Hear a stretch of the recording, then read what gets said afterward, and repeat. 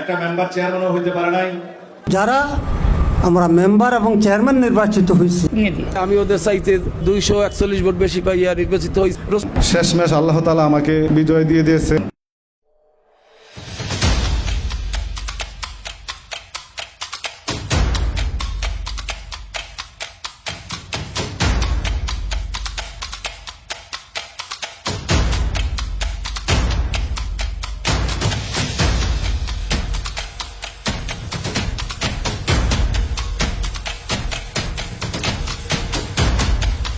এই সরকারের আমলে কি কঠিন জিনিস, যেটা যারা নির্বাচন করেছেন তারাই শুধু জানেন। আমার আওয়ামী লীগের বাড়ির 2 সেন্টারে আমার এজেন্টকে হাত পা বেঁধে রাখা হয়েছিল। সকাল 9টায় রাখা হয়েছে,